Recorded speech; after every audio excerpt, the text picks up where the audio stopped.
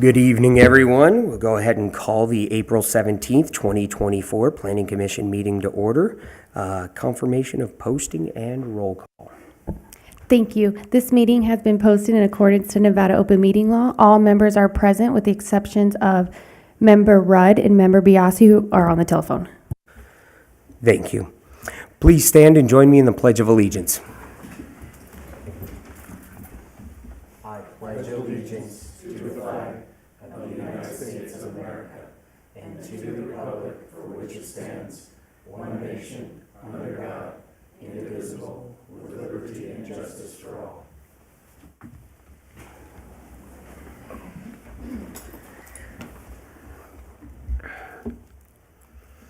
We'll go ahead and move on to the first initial public comment. This public comment portion of the agenda must be limited to matters on the agenda. Each person has up to 5 minutes.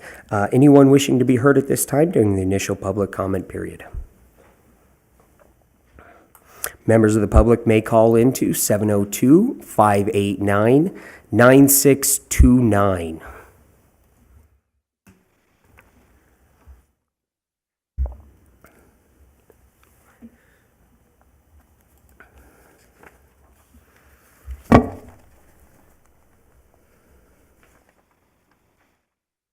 Hearing and seeing none, we'll go ahead and close the initial public comment period. Moving on to the agenda item number 1. Mr. Mays. Good evening, Chairman McDonald and members of the Planning Commission. I am very pleased to introduce to you and the community our new city planner, Nikisha Lyon. Nikisha comes from the city of Bozeman. Has several years of experience there as a city planner, and we're very excited to have her with us. Hello, everyone. Hello, thank you and welcome. Moving on to agenda item number 2 for possible action, approval of minutes of the March 20th, 2024 regular meeting. Do I have a motion? I'll move for approval. I'll second. Got a motion and a second. All those in favor? Aye. Aye. Aye. Aye. All opposed? Motion carries. Moving on to agenda item number 3 for possible action, matters pertaining to the proposed master plan amendment of zoning map amendment for approximately 0.17 acres located at 550 Avenue G, Lot 29, Block 21 of Bolo City subdivision as per the map in the file. Take it away, Nikisha. Thank you. Thank you. So good evening, Chairman McDonald and members of the commission. Again, Nikisha Lyon, City Planner with the Community Development Department. Before you this evening is a request for a master plan amendment and zoning map amendment at 550 Avenue G. The subject property is owned by the Boulder Dam Credit Union, and it is currently a single-family dwelling unit. The applicant is seeking to renovate the interior of the home in order to convert it into an office. The office is going to serve the Patrizio Financial Services business, and that is currently located in the basement of the credit union that is located next door at 530 Avenue G. As both the current master plan and zoning map designations are for medium density or multiple family residential, and the use of an office is not permitted or supported by either of these designations, the applicant must amend these maps accordingly. So as denoted in the staff report, a neighborhood meeting is required by the NRS, Nevada Revised Statute, for the master plan amendment. The applicant did hold this neighborhood meeting on Monday, this past Monday, April 15th at 10 a.m. at the credit union in order to meet this requirement. As the staff report was prepared prior to the meeting occurring, I'm going to provide a summary of the meeting to the commission for the record, and I will also include this information in the staff report before the city council. To summarize, there were 2 members of the public present at the neighborhood meeting, and a lot of their questions were mostly in regards to the historical context of the existing home and the potential impacts of any of the future renovations based on the changes that they're proposing. Though this information is not necessarily relevant to the master plan or the zoning map amendments at this current time, the existing home is located within the historic district and it is a contributing structure, and that information is denoted in the staff report. Any exterior changes to the building that is visible from the public street, unless they're exempt, they would be subject to the provisions of Chapter 27 of Title 11, and they would be reviewed by the Historic Preservation Commission. The applicant does intend to make very minimal changes to the exterior of the building. So far, they've denoted that they'll only be widening the front door, the entry to the future office of the structure, and this is really to address ADA compliance. This change would be subject to a building permit that's going to be reviewed by our office, so we will review it, as well as the Historic Preservation Officer, Courtney Mooney, of the Northwind Resource Consulting Group. And we would submit the elevations to them to determine whether or not a certificate of appropriateness was necessary. So the request before the commission tonight is to conduct the public hearing and to consider resolution 1249 for adoption and a recommendation to the city council on the master plan amendment to the master plan future land use map to change the land use designation from medium density residential to mixed use commercial / office. And then to also consider resolution 1250 for a recommendation to the city council on the proposed amendment to the zoning map, and this is to change the zoning district from R3 multiple family residential to C1 neighborhood commercial. Page 22 has the requested actions in motion language for your consideration tonight, with pages 23 to 28 containing the actual resolutions. Staff is available for any questions that the commission may have, and the applicant is also present and they're available to answer any of your questions as well. Thank you. Thank you. Fantastic job for your first go. Thanks. Let's open it up for the public hearing portion right now, and then we'll bring it around for questions of staff, questions of the applicant. So at this time, I'm going to conduct the public hearing on the proposed master plan amendment and the zoning map amendment. Anyone wishing to be heard during this public hearing?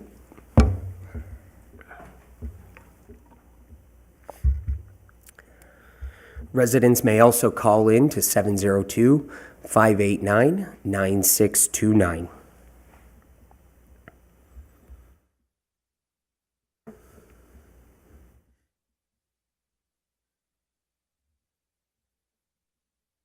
Hearing and seeing none, we'll go ahead and close this initial public hearing. We'll now open it up.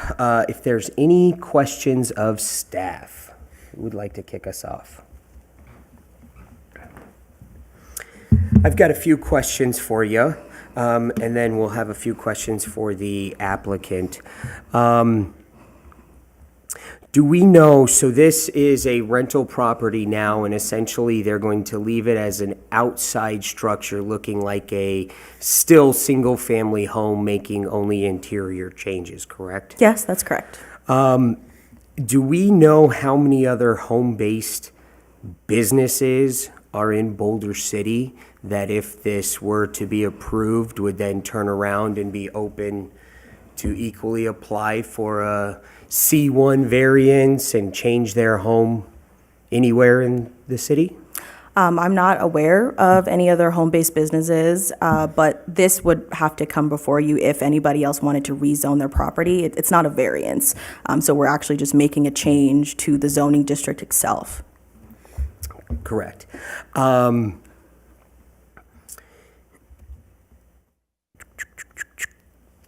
Has there been any other interest? I know that we've got several other businesses that are surrounded by residential areas. Has there been any other interest in the past of them acquiring a private residence to expand their commercial footprint?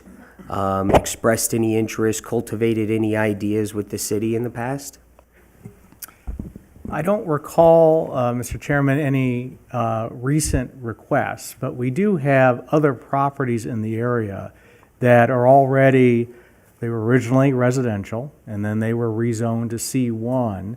along Wyoming, along California, that now they look like a residence on the outside, but they were rezoned for commercial use. Perfect. Any other questions for staff? Okay, we'll invite the applicant up if there's any questions for the applicant.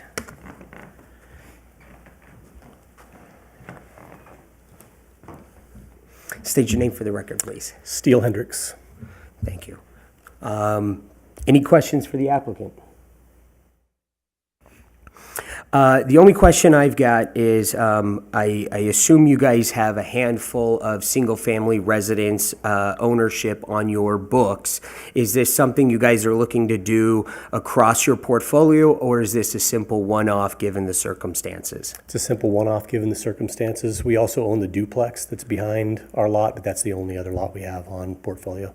Fantastic. And then just clarification, and for the public's awareness, if you wouldn't mind, are you looking at expanding the current credit union out and making a huge three-story complex, or is this just a simple conversion that most residents wouldn't even know the difference?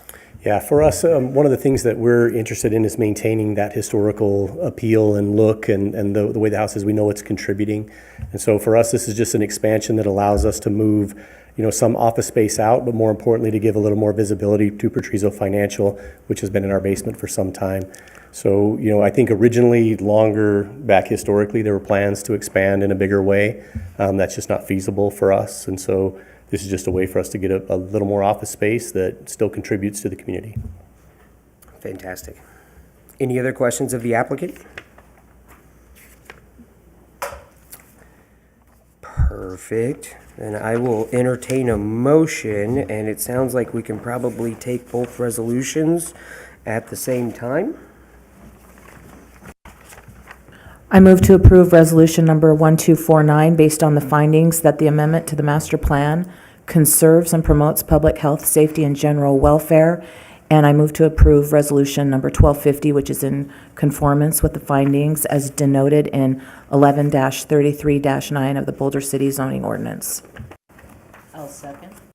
I've got a motion and a second. All those in favor say aye. Aye. Aye. Aye. All those opposed? Motion carries.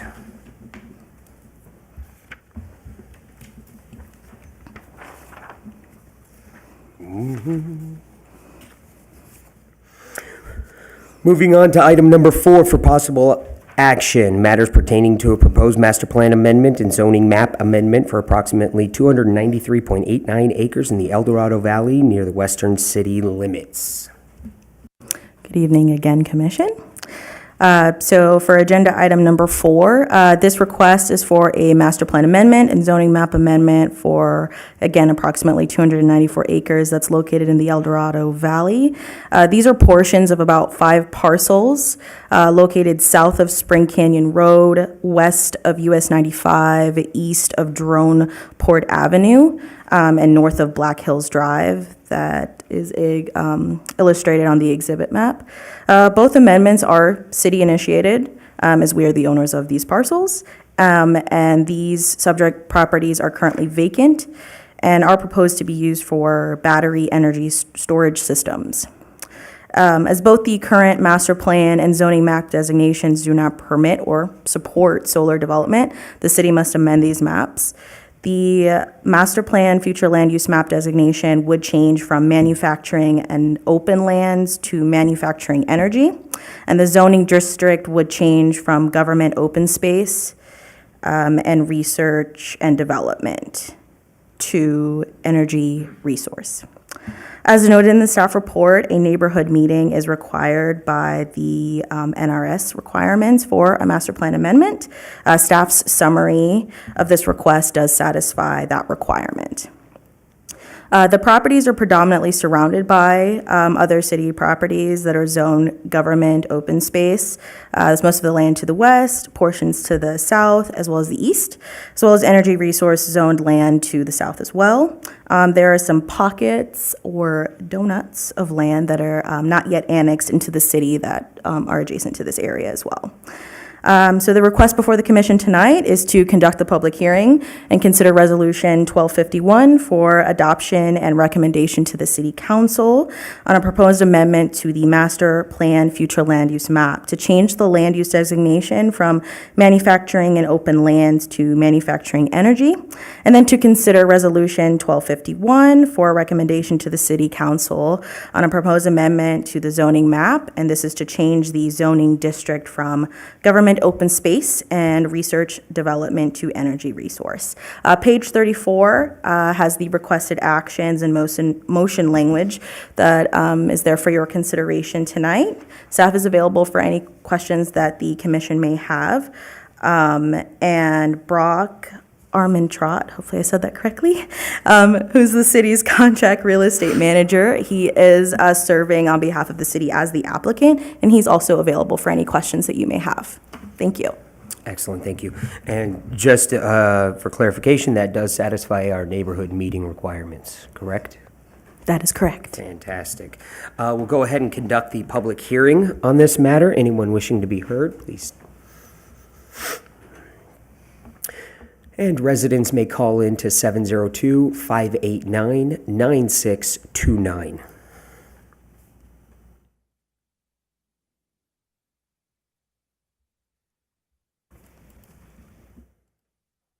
Hearing and seeing none, we'll go ahead and conclude this public hearing. Bring it around the dais for any questions of staff.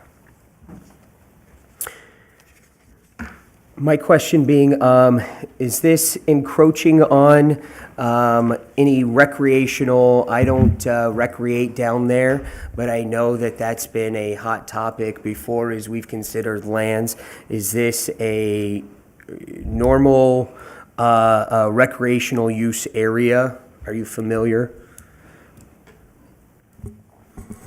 Mr. Chairman, you have recreational trails designated within the Desert Conservation Easement, so that would be to the south and to the east. This area has some significant transmission lines that go through it, and you may recall with the reference in the map to the drone port area. That area was designated previously for a BMX trail, and so that's been further divided. So this is not a traditional OHV area. We're not going to have a bunch of off-roaders come and picket fork at City Hall. Right. Perfect, beautiful. And then my next question, maybe Brock can jump in, is this developing to new leases, or is this a clause and they're just exercising extension to expand? For the record, Brock Armentrout, the city's contract and real estate manager. That would be for new contracts. The city's intent is to release it in 40 to 60 acre increments, which seems to be the sweet spot for battery storage projects. Concurrently, just outside, if we had the map up again. Well, if you're familiar where the Amrock facility is that blew up a couple years ago, just to the east of it is a vacant parcel that is in the county, and that's actually currently being prepared to be developed for a battery storage project under county jurisdiction. So the city's wanting to take advantage of the attractiveness of this area for battery storage with the transmission nearby and do the same. And as Mr. Mays indicated, while it looks like it's a large area being rezoned, a big chunk of it can't be used for anything because of the transmission lines and the transmission corridor. So that it does limit what we can do. So that's the way we would release it in 40 to 60 acre increments initially. Perfect, thank you. Well, we've got him here. Are there any other questions of the applicant? I have a question. Where is this in relation to where the pet cemetery is at? If we could have the map back up. In fact, I'm not even sure it shows up on either one. It doesn't really matter. On the non-permitted pet cemetery. Yes, the very historical part of Boulder City. Is on the east side of US 95. It's located to the north and slightly to the east. We really can't use laser pointers on this, but that red box that outlines it, Right. the upper right-hand corner, is roughly where that unlicensed cemetery is. Okay, thank you.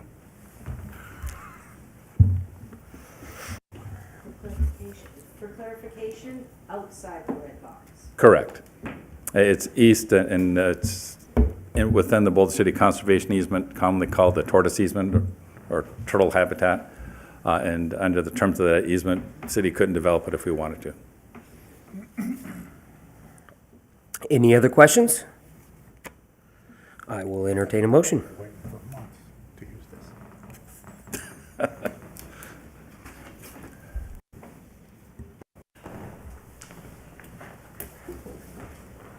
I move to approve resolution number, I'm on the wrong one. 1251. I move to approve resolution number 1251 based on the findings that the amendment to the master plan conserves and promotes public health, safety, and general welfare. I'll second that. I've got a motion and a second. All those in favor? Aye. Aye. Aye. All those opposed? Okay, that motion Nay. carried. Oh, we've got one nay from Commissioner Rudd, I believe. And then I will move for approval of resolution number 1252, which is in conformance with the findings and denoted in 1133-9 of the Boulder City zoning ordinance. Do I have a second? I'll second. I've got a motion and a second. All those in favor say aye. Aye. Aye. All those opposed? Nay. Okay, motion carries.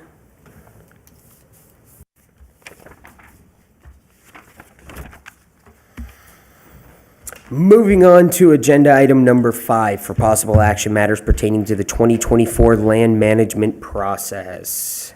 Mr. Mays. So last month, the Planning Commission reviewed several applications submitted by the city staff regarding potential additions to the land management process list.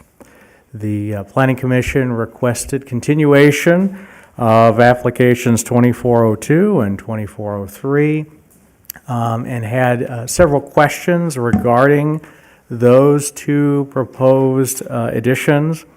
Both of these would be adding to the land management process list 2 0.02 acre sites for utility uses.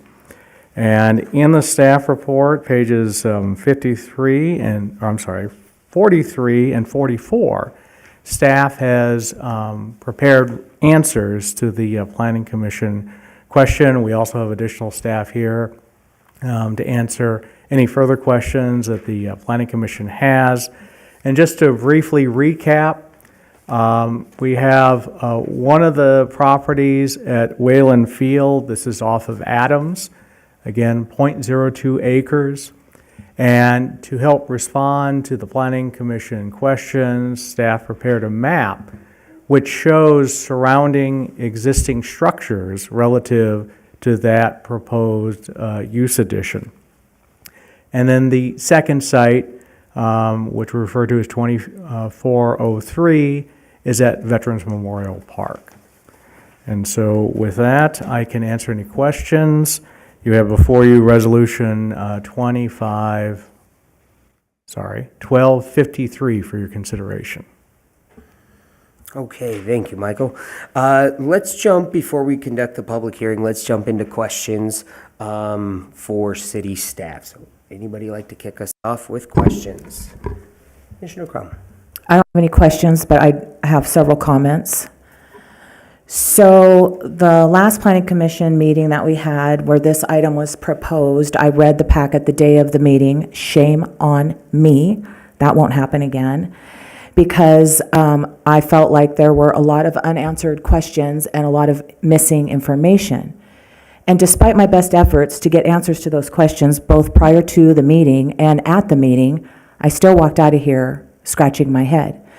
And it boils down to the fact that this is a communication site lease that we've had communication site leases in the city for decades, and never once have they been part of the land management plan. As a matter of fact, Vertical Bridge already has communication site leases in the city, and they did not go through the land management plan.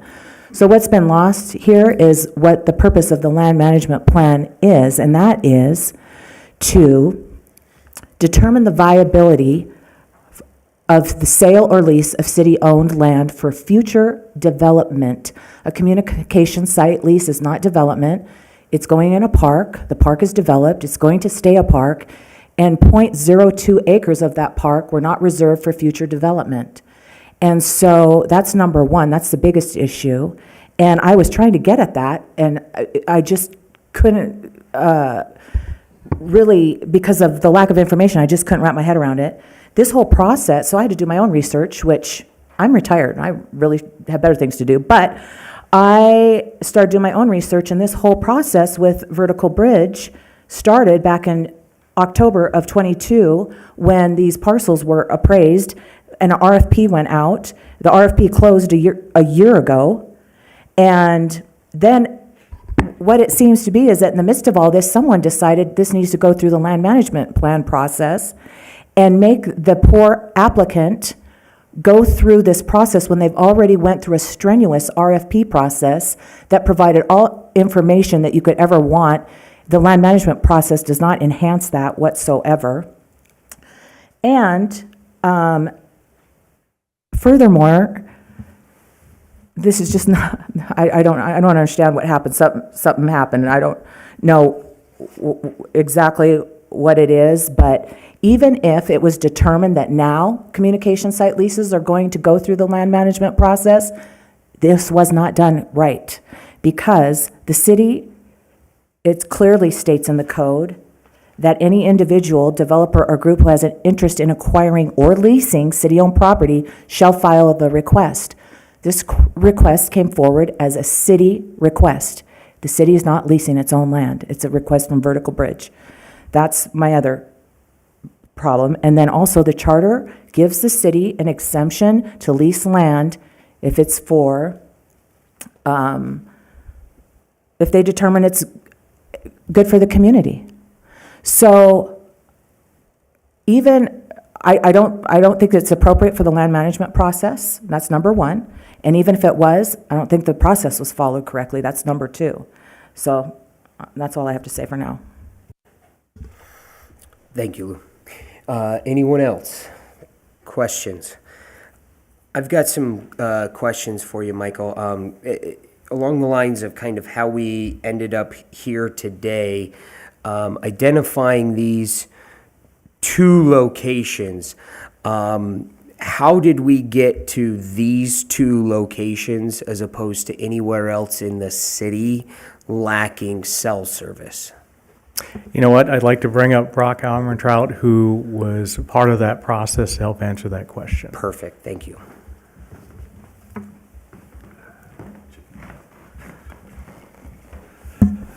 Again, for the record, Brock Armentrout, your contracts real estate manager. The city does talk with our various cell tower operators from time to time to see where we need additional coverage. We had previously identified areas along Interstate 11 also as needing additional coverage, just because of, if any of you have ever driven down I-11, you know what I mean. And we hadn't talked directly with Vertical Bridge, but with others, and realized that the area in the southwest portion of the developed or urbanized part of town had a lower signal strength across the spectrum for all carriers. And so when we were approached roughly 2 years ago to see what the city could do to help improve the cell tower carry, or the cellular signal availability in that area, we then issued the RFP, and then Vertical Bridge and one other company did submit responses to the RFP, as they recognized also that, yes, there was a problem in that area. And so we relied on the cell companies to come to us and identify our problem and prioritize then their locations. Since they have the expertise and the equipment, yes.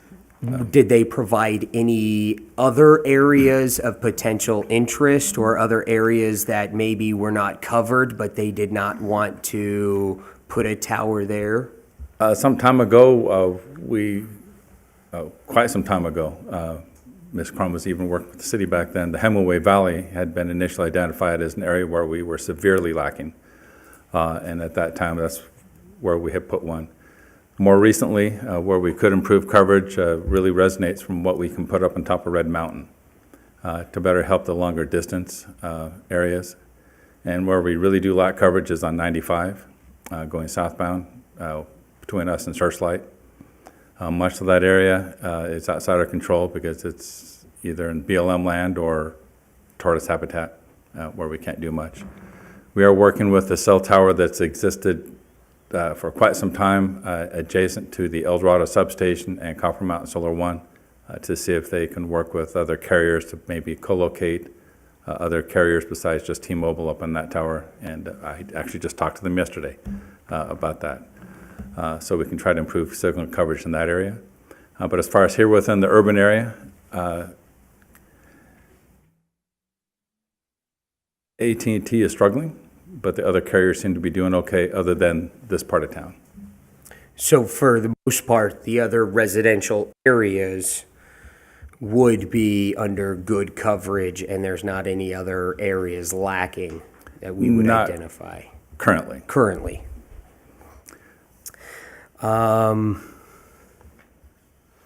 That's what I've got right now. Any other questions for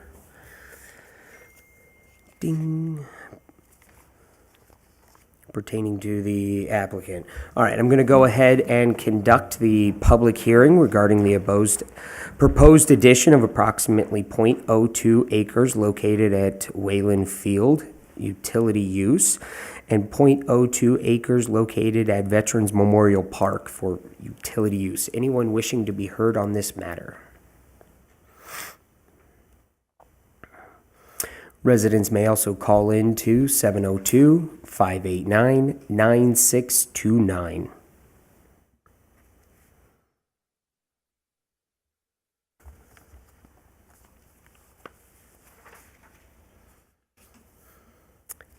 Hearing and seeing none, we'll go ahead and conclude the public hearing portion. We'll bring it around to the dais here for discussion. Thoughts, sentiments. I know that Commissioner Crum has pointed out several irregularities in the typical process. But what are your guys' thoughts before we entertain a motion? The last cell tower vote I can remember was when they wanted to add one on the hospital property grounds. And that got voted down strictly, I believe, on the basis of residents' complaints and objections. So since we just had our public hearing and there's nobody here objecting, I can't see any reason not to go forward with this. I just wondered if we could get a clarification on Commissioner Crum's points. If we voted in a positive manner, could there be potential legal blowback because it didn't follow the processes that are in place already, wherein we believe it's the incorrect applicant? Let me try to answer that. Number one, it can be either the city or an individual applicant. There's a long history of applications that have come before you, which has been a combination of either a specific applicant or has been city-driven. And number two, you're making a recommendation regarding adding these two small areas as utility uses, not specifically cell tower. Each of these would require conditional use applications as well. But before we can proceed with that, we need to have the evaluation of the addition to the land management process. So this has been reviewed by the city attorney, and your recommendation does not raise any concerns regarding that process.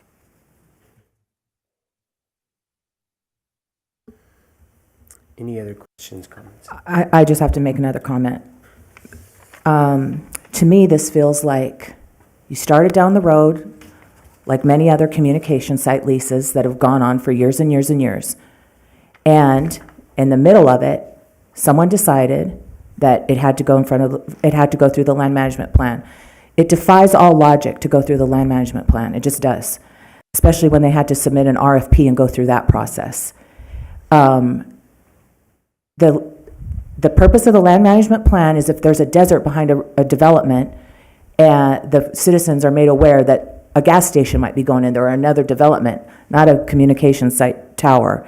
And you're it's not going to bother me. Again, I'm retired, but you're setting a precedent where now you are hamstringing the city to jump through all these hoops that are unnecessary because there's no value in having this process when they've already gone through the RFP. So I feel like this was a afterthought. Now we've decided it has to go through the land management plan. Let's push it through when you're already 3/4 of the way there to say you've checked off that box. Then my question would be, why are we here? That's just where I stand. I'm not opposed to the project or the location in any way, shape, or form. It might be our job to determine if that's a good land use, and I'm fine with it. I just am not fine with how it came to us. If somebody decided now that these communication site towers have to go through this process and an RFP process, then just say that. That's all I'm asking. I feel like somebody's hiding the ball and we couldn't get answers to our questions. I don't think I'm the only one that feels like that, by the way. But I'm not in favor of it because I'm not in favor of how it got here. Thank you, Lou. And to echo those sentiments, and Michael, we spoke earlier, the same thing of how the applicant, I find it a little bit challenging to identify if this is the appropriate use, even as small as 0.02 acres, because I have nothing to compare it to. We're relying on an outside cell company to come in, and I don't believe that they would come in and tell us where we need the most coverage. I think they're going to come in and tell us where they're going to wring out the most dollar.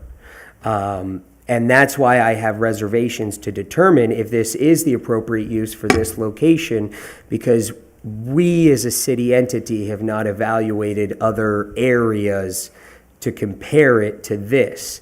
So I agree with Lou in kind of how we got here a little bit differently, but how we got here just doesn't quite feel right. But with that said, is there any other questions, comments, concerns, statements? Otherwise, I will entertain a motion.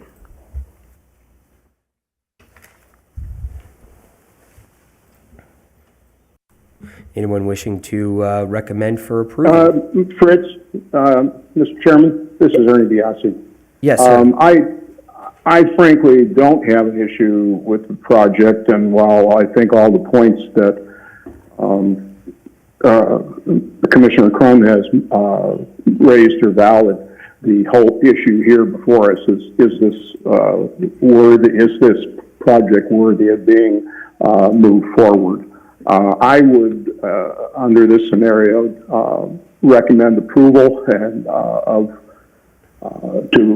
I recommend approval. I move to approve Resolution 1253, which would include the findings as stated in the staff report.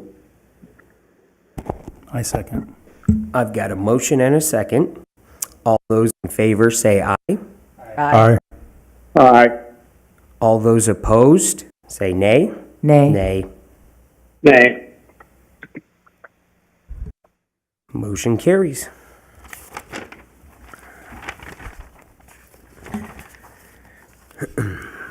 All right, we are moving on to the final public comment. Anyone wishing to be heard during the final public comment?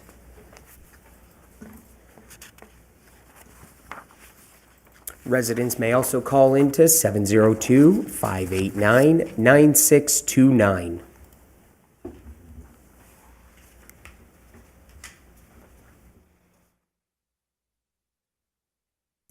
Hearing and seeing none, we'll go ahead and close this public comment portion.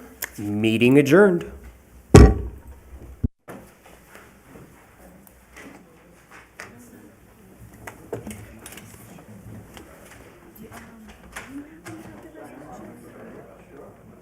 It's okay if you don't. Yeah, these? Oh.